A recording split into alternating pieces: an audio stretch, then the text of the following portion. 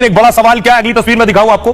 जिन लोगों को निकाला गया है इनके शव बुरी तरह से जल चुके हैं। शव इतनी इस कदर जल गए हैं कि उनकी शक्ल देखकर उन्हें देखकर पहचाना नहीं जा सकता है वो किस परिवार की बॉडी है।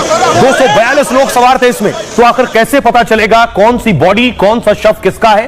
फ्लाइट जब क्रैश होता है कोई विमान, तो आखिर किसकी जिम्मेदारी होती है। विमान हादसे के बाद सबसे मुश्किल होती है शवों की पहचान। अहमदाबाद में विमान हादसे के बाद यही सबसे बड़ी चुनौती है। हादसा इतना भयानक था कि कई शव बुरी तरह से जल चुके हैं। चेहरे और शरीर से मृतकों की पहचान कर पाना मुश्किल है और ऐसी हालत में वैज्ञानिक तरीका है डीएनए टेस्ट।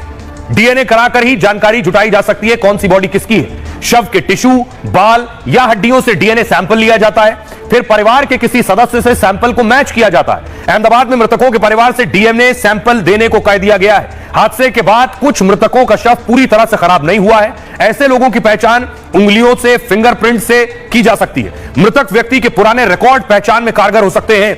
एक्सरे, दांतों के इलाज की फाइल या सर्जरी से भी पहचान होती है। कई बार शवों के साथ मिले कपड़े और गहने भी मददगार होते हैं। मृतक के खास कपड़े, चश्मे, घड़ी से परिवार वाले पहचान लेते हैं। मृतक के सामान और उसके कागजात मिलने पर भी पहचान होती है। हालांकि यह तरीका सिर्फ शुरुआती जांच का ही होता है। मृतक की अंतिम पुष्टि जो है वो डीएनए या फिर फिंगरप्रिंट सैंपल से ही होती है। हादसा अहमदाबाद से लंदन जा रही इस अंतर्राष्ट्रीय उड़ान में हुआ और जो मारे गए यात्रियों के परिवार हैं उनको अंतर्राष्ट्रीय नियम से बीमा भी मिलेगा।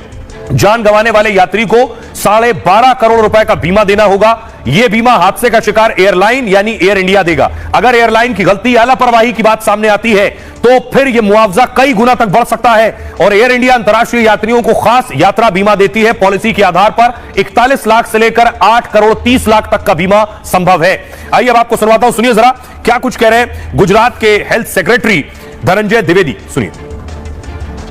फ्लाइट के जो पैसेंजर है उनके जो सगे हैं, नजदीक के सगे हैं, उनसे रिक्वेस्ट है कि डीएनए टेस्टिंग की व्यवस्था हम लोगों ने बीजे मेडिकल कॉलेज के कसौटी भवन में की है। आप सबसे अनुरोध है, जिसमें खासतौर पे माता पिता अथवा उनके पुत्र पुत्री नजदीक के सगाओं में होते हैं, आपसे रिक्वेस्ट है कि आप डीएनए सैंपल के लिए कसौटी भवन में बनी हुई व्यवस्था पर अपने सैंपल दें ताकि दुर्घटना के जो विक्टिम है उनका आइडेंटिफिकेशन जल्दी से हो सके।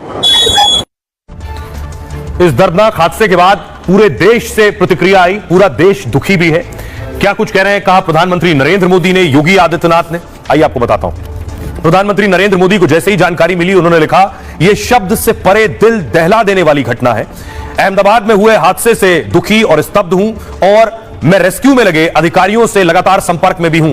गृहमंत्री अमित शाह ने लिखा, पूरा देश इस दुख की घड़ी में पीड़ित परिवार के साथ है। हादसे की जानकारी मिलते ही सीएम और अधिकारियों से मैंने बात की है।